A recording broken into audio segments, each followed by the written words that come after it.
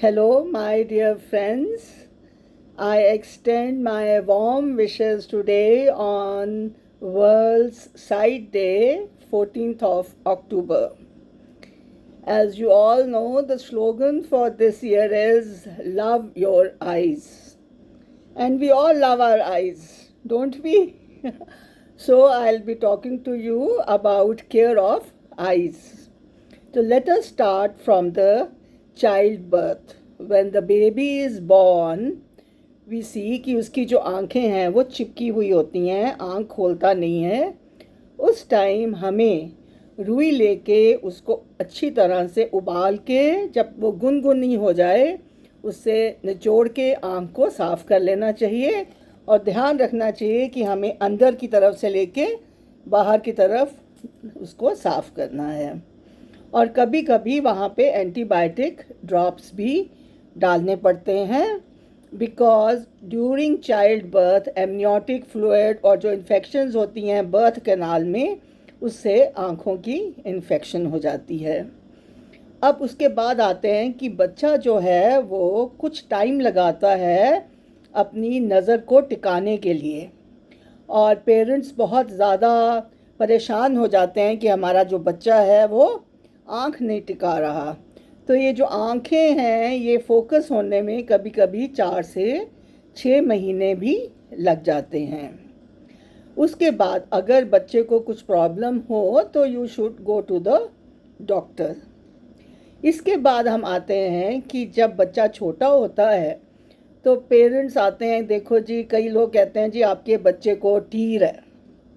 तो नॉर्मली क्या होता है कि जो बच्चा होता है उसकी जो यहाँ पे इंटर जो आइज़ के बीच में जो नेज़ल ब्रिज है वो थोड़ा सा ब्रॉड होता है, और उसकी वजह से ऐसा लगता है कि आँख टेढ़ी है, लेकिन असल में वो टेढ़ी नहीं होती. इसको हम कहते हैं सूडो स्क्विंट. और लेकिन अगर फिर भी आपको ऐसा लगे तो you should go to the doctor. No next thing we see बच्चों में है पानी बहना आँखों से. तो उसकी वजह ये होती है कि जो नेज़ल लैक्रिमल डक्ट होता है हमारा इधर वो कभी कभी ब्लॉक्ड होता है, and for that nothing else has to be done. You have to massage your eyes बच्चे की, ऐसे हाथ धो के अपना अच्छी तरह से, ताकि इन्फेक्शन ना हो. और 90% लोग जो हैं बच्चे हैं वो इससे ठीक हो जाते हैं. अब नेक्स्ट स्टेज आती है जब बच्चा स्कूल जाता है. तो हम देखते हैं कि कुछ बच्चे बहुत नज़दीक से पढ़ते हैं अपनी किताब. कुछ बच्चे हैं जो होमवर्क ठीक तरह से कॉपी करके नहीं लाते ब्लैक बोर्ड से, और कई बच्चे होते हैं जो आंख बंद करके एक तरफ ऐसे करके देखते हैं, टेढ़ा वहाँ करते हैं सिर. किसी किसी को इरिटेशन होती रहती है, आँख में चिपकते रहते हैं, मलते रहते हैं आँखें. तो उस time we should go for then eye testing. Eye sight ज़रूर टेस्ट करवानी चाहिए, बिकॉज कभी कभी क्या होता है, सपोज़ एक आँख में नज़र कम हो तो वो जो आँख है उसको प्रॉपर इम्पल्स नहीं मिलता, and that I goes into divergence. वो बाहर निकलना शुरू हो जाती है. इसको हम कहते हैं लेज़ी आई सिंड्रोम. तो जो आँख जो काम नहीं करेगा वो लेज़ी हो जाएगा. तो जो अगर दोनों आँखों में से जो आँख थोड़ी कमज़ोर होती है वो अपना आराम से चली जाती है दूसरी तरफ. तो इसलिए भी हमें बच्चों की आई साइट ज़रूर चेक करवानी चाहिए.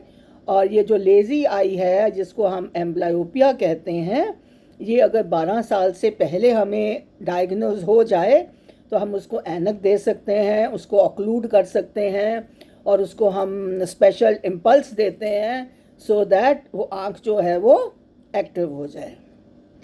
अब इसके बाद क्या होता है कि अगर 12 साल के बाद आओ तो फिर हमें इसका इलाज करवाना पड़ता है, सर्जरी करानी पड़ती है.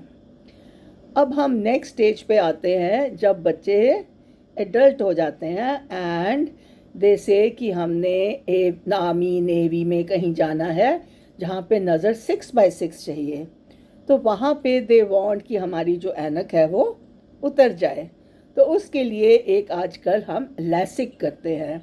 This is not a surgery, this is a laser procedure और इससे क्या होता है कि जो हम कॉर्निया का कंटूर है उसको हम चेंज कर लेते हैं और वो ऐनक उतर जाती है। उसके बाद अब हम आते हैं middle age, that is 40 years of age. जब हम 40 ईयर्स के होते हैं तो हम देखते हैं कि हमारी जो नज़दीक की नज़र है वो कम हो रही है, सुई में धागा नहीं डलता, अंधेरे में पेपर नहीं पढ़ा जाता, पेपर पढ़ना हो तो थोड़ा हमें दूर रखते हैं हम पेपर, और उस टाइम हमें हेडेक भी होती है। So that is the sign कि आपको नज़दीक की ऐनक की ज़रूरत है। इसको कहते हैं presbyopia. This is a natural process. Actually होता क्या है कि जो हमारी आँखों का हमारा नेचुरल लेंस है उसकी जो इलास्टिसिटी है वो कमज़ोर हो जाती है और हमें नज़दीक के लिए ऐनक लगानी पड़ती है। पहले शुरू में +1 अगर हम नॉर्मल आइज़ वाले हैं, फिर Aahista Aahista +2 and then +3। 60 years तक हम ये जो प्रेस बायोपिया है ये +3 तक पहुंच जाता है और उसके बाद ये स्टेबल हो जाता है। अब ऐसा है जब हम 40 ईयर्स में ऐनक लगवाते हैं तो हमें इधर उधर से ऐनक नहीं लगवानी चाहिए। We should go to a special eye specialist. क्यों? क्योंकि उस टाइम हमें अपना रेटिना चेक करवाना चाहिए। अगर डायबिटीज़ है तो ये तो बहुत ही ज़रूरी है कि आपका ऑप्थेल्मोस्कोपिकली वो टेस्ट करें, बिकॉज़ डायबिटीज़ एक ऐसी बीमारी है जो हमारी आँखों पे बहुत असर करती है। दूसरा, अगर हमारी फैमिली में काले मोतिया की हिस्ट्री है तो हमें इंट्राऑकुलर प्रेशर अपना ज़रूर चेक करवा लेना चाहिए। अब ये इंट्राऑकुलर प्रेशर क्या होता है? ये आँखों का प्रेशर है और अगर ये प्रेशर बढ़ जाता है तो हमारी जो पीछे की नर्व है, ऑप्टिक नर्व, डैमेज हो जाती है। और जब ऑप्टिक नर्व एक बार डैमेज हो जाए तो वो दोबारा से ठीक नहीं हो सकती और इसी को हम कहते हैं काला मोतिया। तो काले मोतिये का जल्दी डायग्नोसिस करवाना बहुत ही ज़रूरी है, बिकॉज़ अगर ये टाइमली डायग्नोज हो जाए तो it can be cured fully.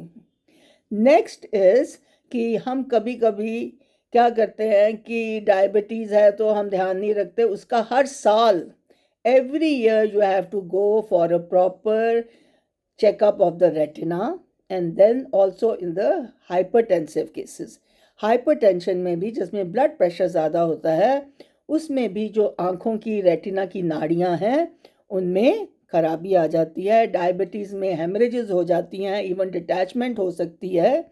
और अगर हम उसका पहले से ही देख लें तो we go for photo coagulation. हम उसको सील कर देते हैं वेसल्स को और जो नज़र है वो ख़राब होने से बच जाती है। अब आइए हम सफ़ेद मोतिया पे।